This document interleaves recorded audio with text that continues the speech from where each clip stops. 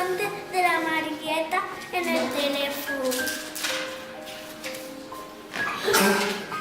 La Marieta estava dormint i li van cridar per el telèfon i era el caragol.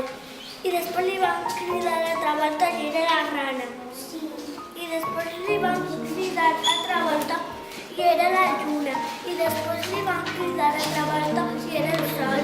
I després li van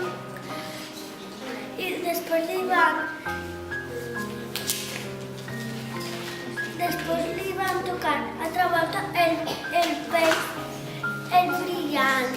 I després li va tocar la gallina policana.